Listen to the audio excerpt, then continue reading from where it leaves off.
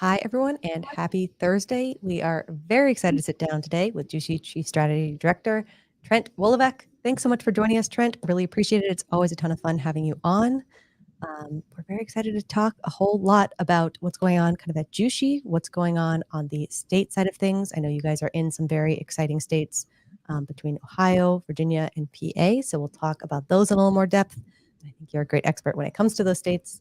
And then I guess in general, we can also talk about the rumors, what's next, what's coming on. I know the Twitter sphere has definitely been a buzz, which has been interesting. It's a fun day. Good reminder also, just as I'm talking, if anyone has any questions, comments they want to throw out, they are always welcome to do so. Pop them in the chat. Hey, Stevie, great to see you. All of that out of the way. Ton of stuff. Trent, thanks for being here. Appreciate it. How are you doing? Hey, Mackenzie. Good to see you. Thanks for having me on, as always. Sorry it's not as fun as last time in our grow, but I was going to say that was probably the peak fun that we had. So for anyone who wasn't following, in I guess February, we were over in Virginia to see the grow, all of the plants, all of the process. So cool to be able to share some of that online with everyone as well. So that was, very, very fun. Although this is fun too. And you're in Pennsylvania, which is also kind of fun, close to my heart because I love Pennsylvania, and a perfect place to talk about Pennsylvania. So we'll get to that in a bit. But first, I just quickly wanted, I know it was a while ago and it feels like a while ago now, but just kind of high level earnings stuff, anything that we want to highlight, any sort of themes that you'd want to pull out for people on the Jushi front before we get into states. Yeah, sure. So, Q1 was a great quarter for Jushi. Really got to showcase all the hard work that the team's been doing over the last, 3, 4, 5 quarters. It's kind of all come to fruition from a margin perspective, a gross profit perspective, an adjusted EBITDA perspective, and a good solid revenue number as well. So, we did $65.5 million for Q1, about 13.3 million of adjusted EBITDA. Our excuse me, our gross profit, gross margin was about 49 and a half. And then, obviously that 13.3 on 65 and a half of revenue is about 20.4% of revenue. And so we've seen that kind of continual gradual step up from a Jushi perspective, Q2, Q3, Q4 of last year, and a pop here in Q1. And so we're really excited about continuing to execute and control what we can control from a fundamentals perspective. We launched 443 new SKUs, a lot of high gross a lot of high margin products within that 443. And so, you're seeing that sell through really pick up in our retail stores. We were right around 55% in our vertical markets. And so getting a lot of positive feedback from patients and or customers within our store on the new genetics, the new concentrates, and some new flavors from a gummy perspective. So in chocolates. And so, we're really pleased with where we're at. I think we have some more room to optimize in Pennsylvania. We're going to see continued growth in Virginia on the medical market. And so, a company that has 70% of our stores still in medical markets that are, going to flip to adult use, with kind of where we're at from a margin perspective, an EBITDA perspective, is something really excited. I think everybody knows the gold standards GTI, and so I think we're in a position to chase them as some of these larger markets for us flip over to adult use. And so we're in a great position to do that. Also the 800-pound gorilla for us is around our balance sheet with the financing at the end of the year. It's 55 now. It'll be 50 by the time it's due. And, we're well on our way of having conversations, good conversations to make sure we get that handled well before maturity. So we're really excited about where that's at as well. Yeah, fair to say, not taking your foot off the gas, really trying to continue to push and kind of chase Makes sense. Any of those SKUs? I know when we were at the grow, which was fantastic, again, seeing those chocolates, seeing the edibles, seeing all the flavors come through. Any favorite ones that dropped that were new that you've personally tried or liked, or anything there? Well, since cannabis is decriminalized in Virginia, I may or may not have been able to get my hands on some of the products. So, Yeah. yeah, I like. Look, I'm a huge fan of the chocolates. It puts me right to sleep after I watch a movie for a little bit, and so that's nice. Those are both tasty, effective, but also in high demand and a high margin product for us. So Yeah. that's probably at the top of my list. I didn't expect that, but it is. And then we got a lot of really new solid genetics, higher in terpene profile, higher in cannabinoid profile, and so those are always fun to puff a pre-roll and enjoy the evening. So yeah, I would say those are two really great things that we've been able to come through with. And up in Massachusetts, we launched the 2-gram vape that's surprisingly done extremely well. But the bigger the SKU, the cheaper the cost to produce, and the better price point we can give.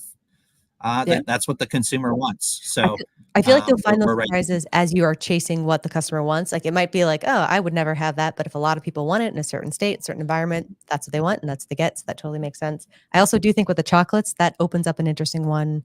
I think a lot of people they like chocolate, like you're saying, if you're having a movie or just kind of relaxing. But I know I was at the grow around Valentine's Day. I feel like the chocolates for like a gift potentially as well are also going to open up potentially, works better, I think, than a pre-roll if you're giving your a significant other, or even like Mother's Day or whatever. I think that can also work well and kind of go, which is good.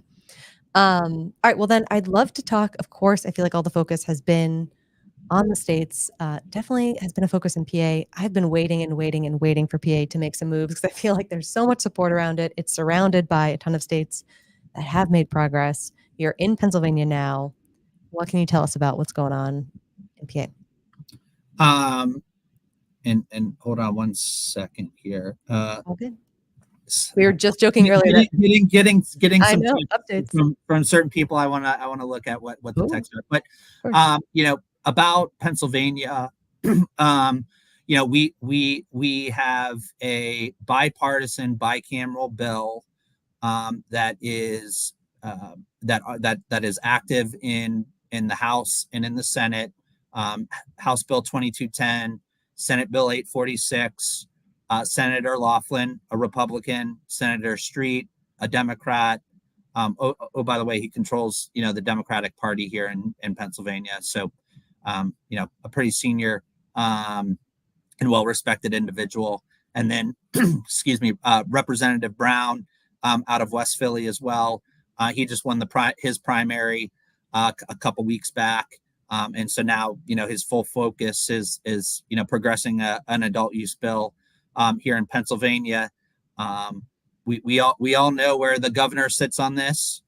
We all know what he has in his budget for fiscal year 2025. Oh, by the way, that starts July 1st of this year. If people don't know the Commonwealth budget timeline. Yeah, I think that's which I didn't until recently. Yeah, it's not something we really pay attention to, but yeah, that starts July 1st, and so budget typically is passed before June 30th, and so we're excited that the operators in the industry within Pennsylvania have come together and identified very minor things and minor fixes on that bill for us to all throw our weight behind it and support it. And so really excited about the conversations that are being had amongst leadership. The House is controlled by Democrats. The Senate has been and is controlled by Republicans. We know because we've done polling that when you ask, the top 5 conservative districts from a Senate perspective in Pennsylvania, would you rather have the status quo or would you rather have a regulated cannabis market? 92% of the people say they want a regulated cannabis market. And so, you pointed out 90% of the states surrounded or touched by borders of states that already have adult use. And so it's just time to go. And so there, like I said, there's active legislation. The governor wants it. It's not like in Virginia where we had a major roadblock. Yeah, we're really excited about the momentum that we have here in the state to transition from medical to adult use in a very quick timeline, to be able to provide what it is people want, and that's cannabis. To get it done. That makes sense. So I feel like it's had support in the past and just sort of popular support from people. You think the tipping point ultimately is, like you're saying, that budget meeting and kind of with the support, with the amendments that have been made and kind of to shape the bills to make them tighter and, Yeah, I think I think there's been hesitancy in the Republican-controlled Senate. Mm-hmm. I think the rescheduling will be a massive win for other Republicans to be able to vote their conscience versus, having to worry about or watch their back, because there's certain people that, still want to believe that it's a gateway drug and still want to believe there's no medical benefit and it's highly addictive. And so we know that to not be the case anymore, or believe that that's not the case anymore. And so I think, the stars are aligning, if you will, to get something done, dusted and through the legislator and up to the governor's desk. And look, he's going to speak at the Democratic National Convention. He's, a rising star. And so for him to put something into the budget, the popular saying is under promise and over deliver. And so we are excited to be part of that process to help the governor deliver, because that's that's a big deal when one of the chambers is controlled by the other party. So we're very bullish and excited to see a market go from $1.7 billion to 3.5 to $4 billion like this, because the infrastructure is there, the spend's there, the people are there, and that's a very exciting piece, not only for the population of Pennsylvania, but from a JUSHI perspective, that's 50 billion, 50. I wish it was 50 billion, $50 million sure. of EBITDA right to the bottom line, with $1 million or $2 of capex needed to support that growth. So big impacts for JUSHI, which I mean, that's great. Yeah. Yeah, we are 100% the most torque company for a flip to adult use in Pennsylvania. 18 stores, 125,000 square feet of cultivation manufacturing. True Leaves up there with us, GTI's up there with us, Verano's up there with us, but those are companies that are doing $1 billion+ of revenue a year. JUSHI does $265.5 million as of last year, and so it's a huge, massive lift for us. And any concern around refinancing or balance sheet kind of disappears overnight. Although we're going to refinance, get the refinancing done anyway. So it's just another big lever for us to continue to be a great platform for M&A, whether that's getting acquired or being the acquirer. That's a beautiful thing in finance. We call that optionality. So that's kind of where we're at. Yeah, love it. That's great. And then in terms of any expectations around if they get it done, how quickly you guys convert? Sounds like, again, you have everything in place to be able to capture Pennsylvania, but any sense of how they flip from medical to adult, how long that takes roughly from when they say, we're good with this, or is it too early to know and that sort of comes along later? So in the proposed legislation right now, so Senate Bill 846, 2210, that says 180 days from when the governor signs it to being able to start selling adult use.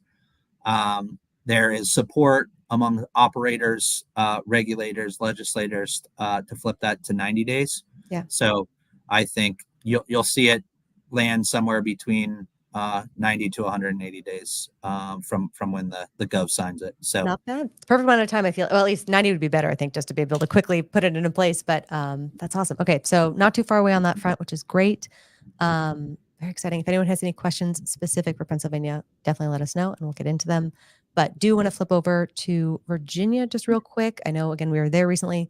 There's been some sort of, it's been a less easy path, I think, on the Virginia side, but would love to talk through where we are with Virginia and kind of where we're going on the cannabis front.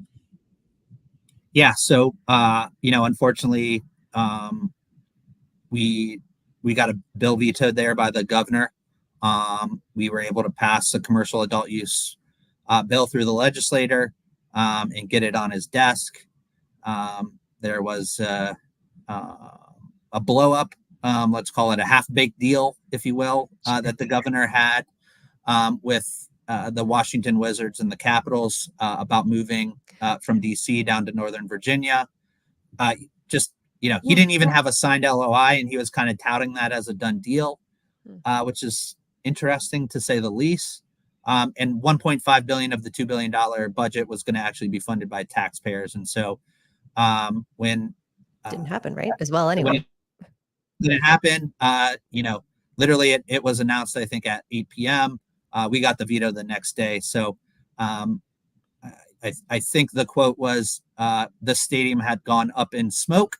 And so that's from the governor himself. And so I can't do anything but laugh at that and move on. And so the big difference this year or this past year versus what's coming up this next year in Virginia is we know who's going to be in the legislature. We know who's going to control each of the chambers. That's the Democrats. But in order for us to get to a veto proof, we need 17 people in the House and 6 people in the Senate from a Republican standpoint to make sure we can override that veto. And so this whole summer, fall, winter, and then coming into session next year, I think that's what we'll go out and do and educate and see if we can bring them along, because we know there's a strong illicit market there.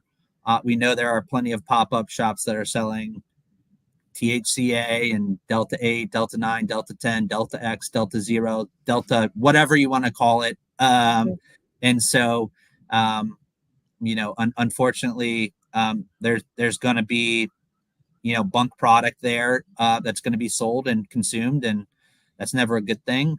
And so I think we'll be in a good position next year to take a swing at it again and go from there. So the quickest we could get something implemented would be, July 1st of next year. Oh, by the way, that's 2 months after we would have been able to get something implemented. If we were to pass the legislation this year, that was subject for May 2025. And so, 2 months isn't the end of the world if it's delayed in the cannabis timeline. But we'll continue to do our work and excited about quite frankly where the medical market's going. So we'll continue to kind of heads down, keep the blinders on, and execute there. That totally makes sense. So, and you mentioned the education component and really trying to, make them aware of the fact that there is that growing illicit market, and the longer they leave it alone, the more it grows, the more it's sort of able to kind of entrench itself, versus having something that is standardized and tested and kind of deemed safe. What's sort of the tools for education that you guys are using? Are you guys inviting them to the grow in Virginia? Because I think that's a great way to, but I don't know who's taking you up on that, I guess. But what are the tools that you guys are using? Yeah, I mean, I think I can talk until I'm blue in the face about what it is we have, but until you go and see it in person, it kind of doesn't register. People have that preconceived notion of, it's Johnny's basement or it's Jenny's closet, and so being able to show them hundreds of people working in a 100,000 square foot facility, and tens of people working in a 5,000 to 10,000 square foot retail where you get your ID checked. You're not allowed in if you're under the blah, blah, blah, blah, blah. Yeah. The testing, the independent verification, so on and so forth. Yeah, definitely the tours are helpful.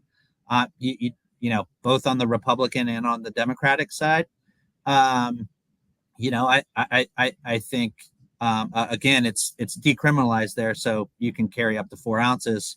I'll walk into a smoke shop and I'll buy, flat THCA flower or Delta 8 or Delta 10 or Delta 9 vapes, and I plop that down right on people's desk, and then I can get a cannabis delivered in Virginia quicker than Domino's pizza, and so you got to kind of bring that out and show people because they're a little naive when it comes to that stuff sometimes. And so it's kind of whatever you need to do to get them to realize it's already there. Now it's just time to regulate and tax it, quite frankly. Makes sense. So staying top of mind, really making sure that you're providing the education on the safety components, what you guys are doing, and then what's already out there. And that makes sense. Totally. Okay. Well, so, all right. That sounds like that's moving along. Bummer on the delays. Impacts. You guys are working on the medical side, obviously, in Virginia. How's that going? What's sort of the impacts that you guys are, not impacts, but what are you guys seeing from the medical side in Virginia before we move on to Ohio? Yeah, we're seeing double-digit growth quarter over quarter. They ran a process. They had 40 applicants in HSA1, which will just continue to grow the patient population. Those whoever wins will open the stores first, so we'll continue to see big sell through for and continued growth for our wholesale products demand. Look, we have a good solid business there now. It's going to continue to grow. I think a lot of people are envious of the position we're in, and will continue to be in. Good news is there ain't going to be no more licenses awarded. Sure. Through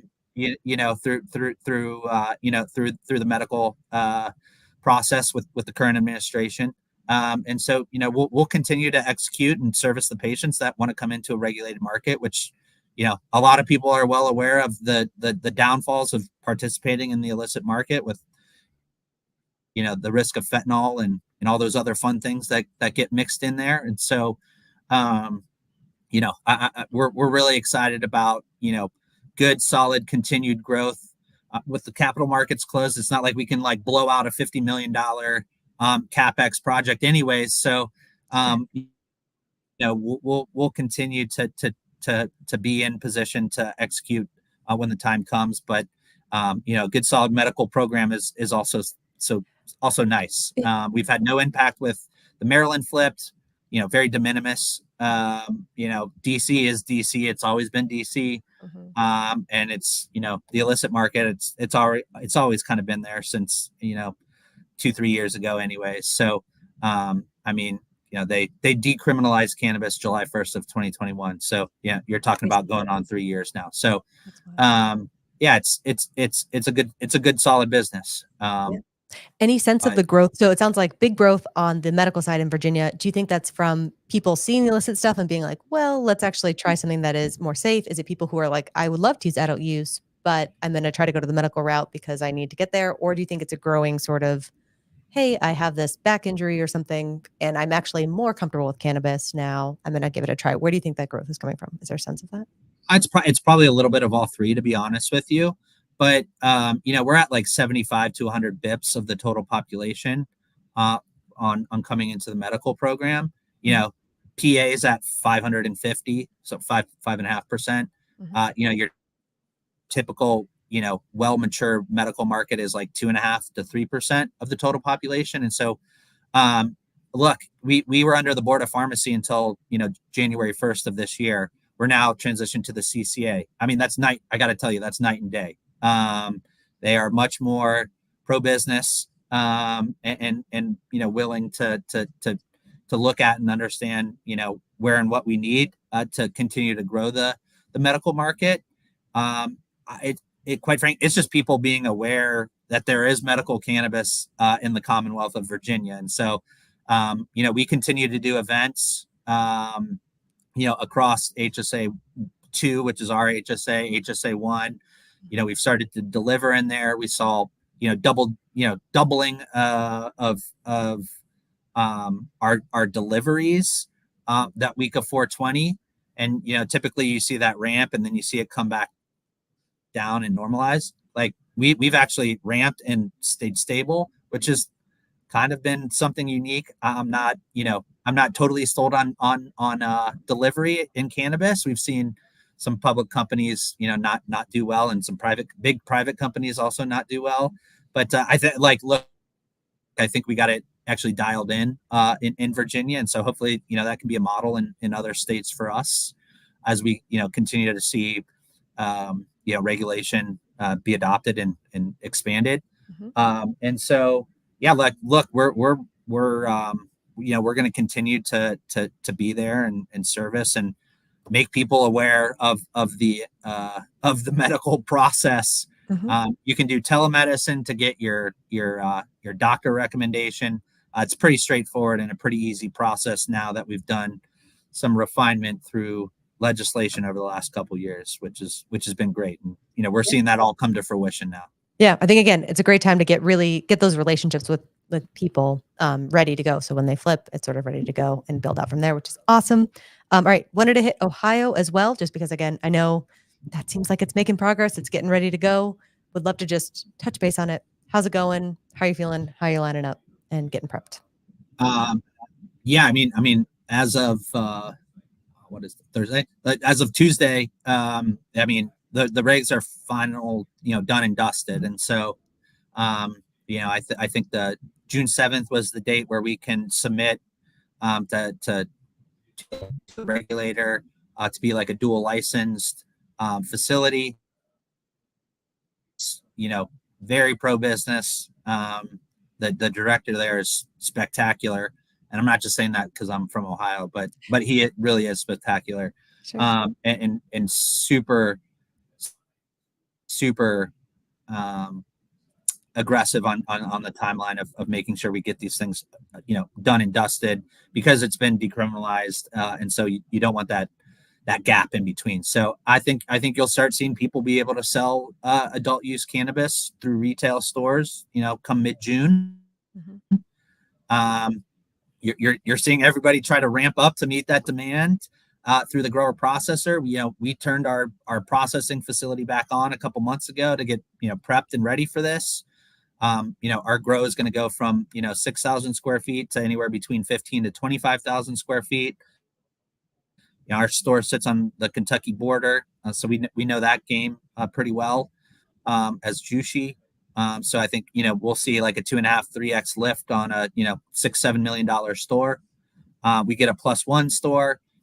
We have 3 to 5 sites lined up to go into the lottery to get that come September, and so a lot of growth there for Jushi, and not as much drag, if you will, with the grower processor now. So we're excited about that.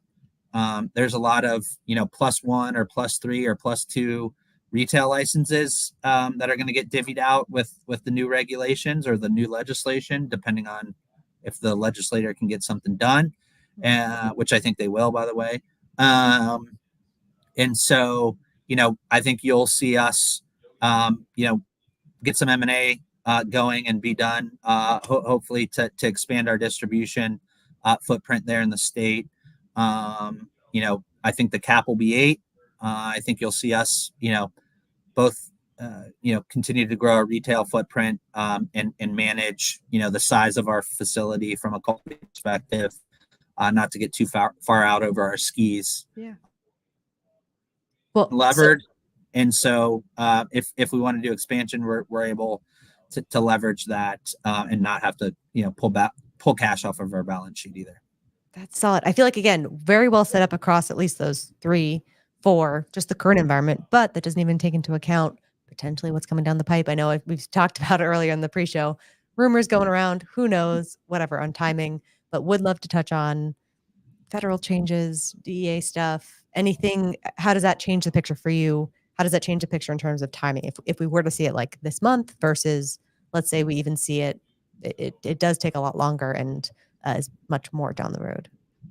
Yeah, I think look, I think you're going to see something out of the White House on process and timing today. So feel pretty confident about that. Again, when I say pretty confident, from a political standpoint, I never. If I'm at 80%, that would be like my normal 100%. So, you never know, but feel pretty confident about that, which would be, really exciting and kind of validate everything we learned or heard through a leak a couple weeks ago. But even if you read their follow up on how they triangulated everything, by the way, the USAG has signed the document. I feel pretty confident about that. I think unfortunately the market has had a lot of PTSD over the last 3+ years, and so until it actually happens, it reverted back to where we were at before the news broke, and so I think people are going to look back at this like 2 or 3 week gap and be like, man, what the fuck was I thinking? Oh, yeah, what no. was I thinking? You can swear on the show. It's okay. And so that'll be interesting. But as far as from a business perspective, for Jushi's standpoint, we said this on the call 2 weeks ago now, or last week.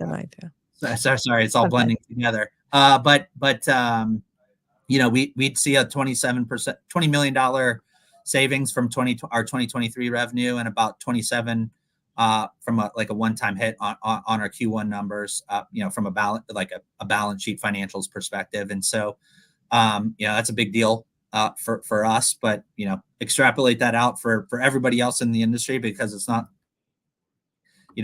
that's an industry-wide thing. And so, while that's like the only thing that we know for certain is going to happen, in Pennsylvania, for example, I mentioned it earlier, like that loosens or provides a lot of cover from the Republican standpoint in the Senate, here at the state level. But same thing at the federal level. I think you see, SAFER come pretty quick. I think you see, cleanup of the farm bill come pretty quick.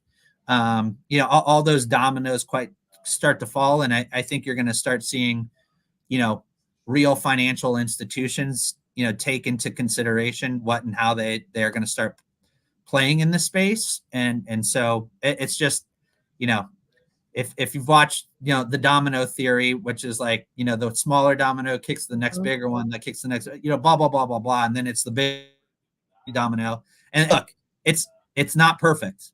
I'll be the first one to say it, as somebody that's been in regulated cannabis since 2009 and been fighting the good fight since then, to normalize cannabis. It's a step in the right direction. Like we know what that final big domino is, right? I mean, that's full, removal of it from a scheduling perspective, and total decriminalization and legalization. But that's not reality. That's not how, it works. You can't skip that big domino. You need to kind of go through the in steps. And so we're excited about the momentum and the progress that that the administration has pushed.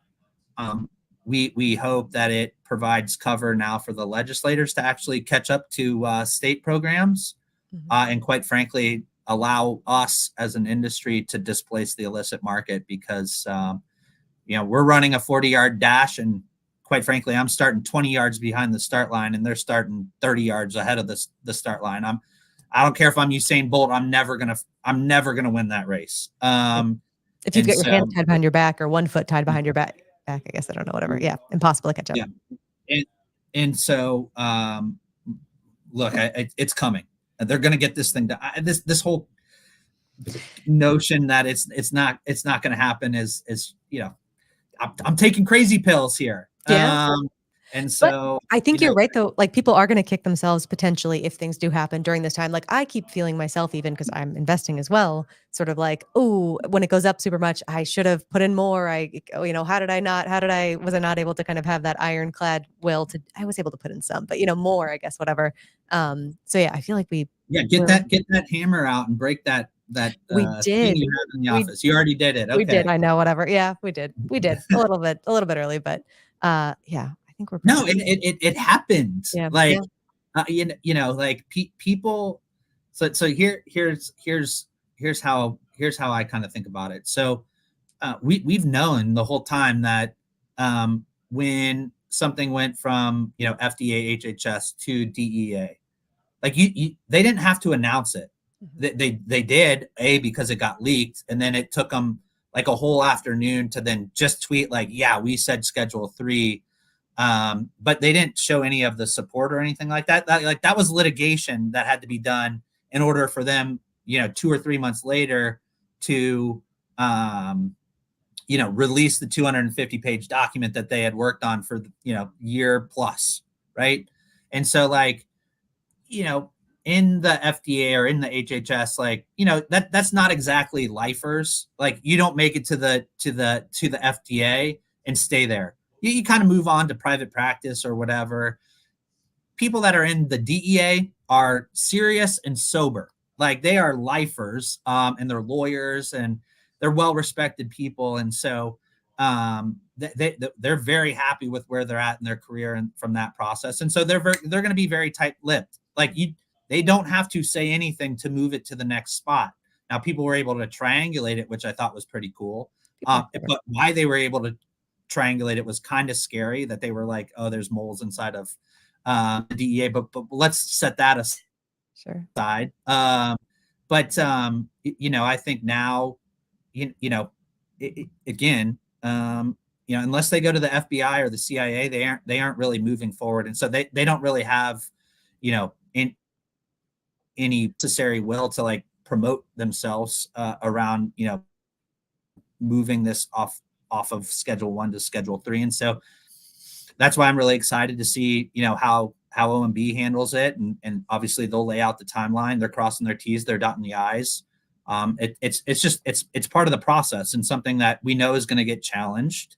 They know it's going to get challenged more than likely. So they're doing all their work up front to make sure it's done correctly when and if those challenges come. And so I feel extremely confident about the process that they've ran, and where it's going to go, and getting it done and officially dusted, by the end of the year, or definitely before January, just in case something crazy happens in November. So that's how I'm thinking about it. Yeah, no, I agree. I do wonder if there's anything around the timing. I know Biden and Trump announced they're doing a live debate. I wonder if that gets put, like, if it makes progress again, won't be done and dusted, but I think it was like late June or something like that by then at all.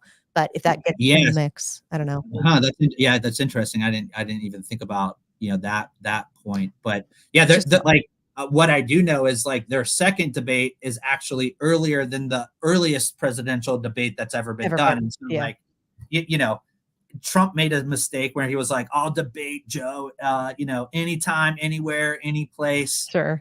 Like, okay, dude, thanks. Like, there goes all your leverage. Let me just throw out my perfect scenario. Yep. And if you don't accept it, like, I'd like, it's just a major miscalculation from a political standpoint. Yeah. And so they got hooked. Like, Trump got hooked on that one. He got outflanked, quite frankly, which, I'm sure he'll come up with some reason. But I'm sure he'll say, oh yeah, he wanted to do it in July because in 3 months he's going to be 3 months older. Oh, by the way, dude, you're also older than, your life expectancy in the United States, just so you know. So like, yeah, it's super interesting. There's a lot of gamesmanship going on. And so, yeah, if you're of the belief, which I think a lot of people are, that this is, highly motivated from a political standpoint, you're right. Like, if they start doing debates in July, like, why would Biden not take that easy W for him? Because it's in his hands right now. Now there's got to be the 60 days and then come back and so on and so forth. That, again, that's just procedural. That's not, we need to find out where HHS is going to land on scheduling. We need to like find out where the DEA is landing on regulations, or if they agree from a legal perspective that we can go to Schedule 3. That's all done and dusted. That's happened, not happening. And so that's a super important distinction in my mind. Yeah. Okay. That's very important. Yeah. It'll be interesting to see as the debates heat up, just in general, where things go. There you go. Bum, bum, bum. Interesting. Love it. And yes, agree, Jane. Slow and steady wins the race, I think, for sure. All right. Well, I think this has been fantastic. I know we could probably just chat. I'm checking out at 1. Sorry about that. Somebody no worries. Okay, here we go. All good. No worries. All right. Well, I'll let you enjoy Pennsylvania. Thanks for being out there and doing the work. Thanks for taking some time to chat with us. I think super interesting and always great. We'd love to have you on anytime just to kind of chat through what's going on. Next time I'll be dipping my chicken tendies in champagne in honor of Roaring Kitty coming back this week on GameStop. We didn't even get into that. I will have to cover the meme stock stuff and how it's coming into cannabis a little bit. We'll see. I don't know, but tons to cover still. But yeah, Trent, thanks for being on. Really appreciate it. Enjoy the time in Pennsylvania. Enjoy the time in Philadelphia. And we'll talk with you soon. Thanks, Mackenzie. Have a good afternoon. All right, you too. Bye.